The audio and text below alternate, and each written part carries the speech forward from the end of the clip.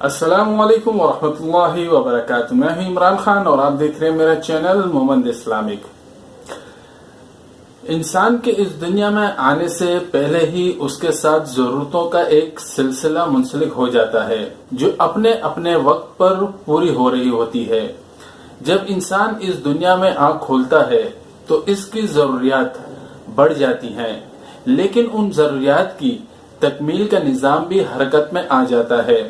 البتہ انسان چونکہ اس دنیا میں بلا وجہ نہیں بھیجا گیا، بلکہ اس کی تخلیق اور پیدائش کے پیچھے ایک بہت عظیم مقصد ہے، جیسے کہ اللہ رب العزت نے قرآن کریم میں ارشاد فرمایا کہ میں نے انسان اور جنات کو نہیں پیدا کیا مگر اپنی عبادت کے لیے۔ عبادت کا مطلب ہے بندگی، یعنی اللہ کی بندگی کرنا۔ اللہ کی بندگی کرنے کا مطلب نماز پڑھنا، روزہ رکھنا، حج کرنا، زکوٰۃ دینا۔ عبادات اور بندگی کا ایک اور مطلب بھی ہے کہ اپنی صبح و شام کی زندگی اللہ کے احکام کے مطابق گزارنا، یہ بھی اللہ کی عبادت اور بندگی ہے۔ یہی انسان کی زندگی کا مقصد ہے کہ اللہ کی اطاعت کے مطابق زندگی گزاری جائے۔ انسان کے نیک اعمال کرنے میں ایک بہت بڑا محرک رزق حلال ہے۔ رزق حلال کی برکت سے انسان کو نیک اعمال کی توفیق ہوتی ہے اور عبادات میں دل بھی لگتا ہے۔ حلال غذا کی برکات کے بہت سے واقعات تاریخ کی کتابوں میں درج ہیں۔ مثلا ایک دفعہ حضرت امام احمد بن حنبل رحمۃ اللہ علیہ اپنے استاد امام شافعی رحمۃ اللہ علیہ سے ملاقات کے لیے گئے۔ رات کو کھانے کے دسترخوان پر کھانا چنا گیا تو امام احمد بن حنبل رحمۃ اللہ علیہ نے خوب سیر ہو کر کھایا۔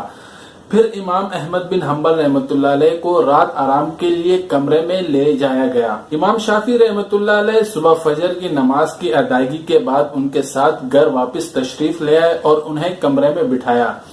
تھوڑی دیر کے بعد امام شافعی رحمۃ اللہ علیہ اپنے مہمان کے پاس آئے اور کہا کہ میری بیٹیوں نے 2 باتیں آپ کے بارے میں پوچھی ہیں، میں چاہتا ہوں کہ آپ ان کے سوالوں کا جواب دیں۔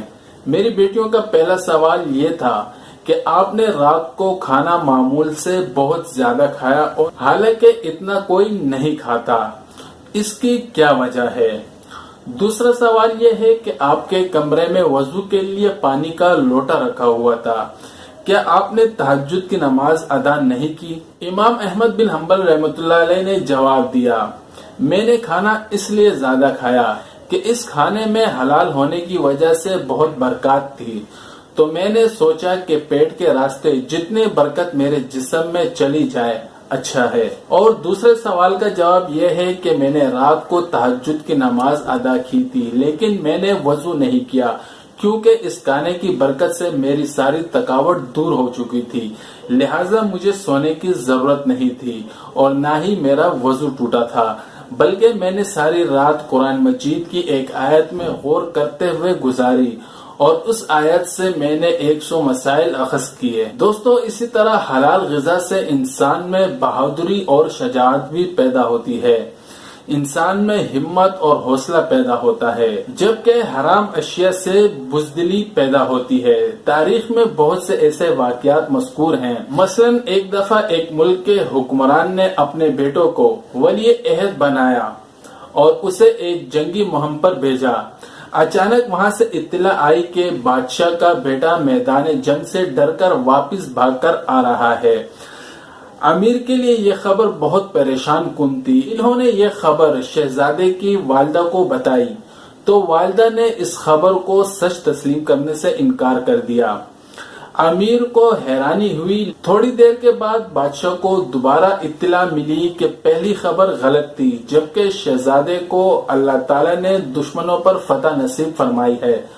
بادشاہ نے گھر جا کر بیوی کو یہ خبر سنائی اور اس سے پوچھا کہ تمہیں اتنا یقین کیسے تھا کہ شہزادہ بزدل نہیں ہے؟ شہزادے کی والدہ نے بتایا کہ جب یہ بیٹا میرے پیٹ میں تھا تو میں نے یہ تہیہ کیا تھا کہ کوئی حرام لقمہ اپنے منہ میں نہیں ڈالوں گی تاکہ اس کی غذا میں کوئی حرام اثر نہ جائے۔ اس احتیاط کی وجہ یہ تھی کہ میں نہیں چاہتی تھی کہ میرا بیٹا بزدل ہو، جبکہ بزدلی جیسے اثرات حرام غذا سے پیدا ہوتے ہیں۔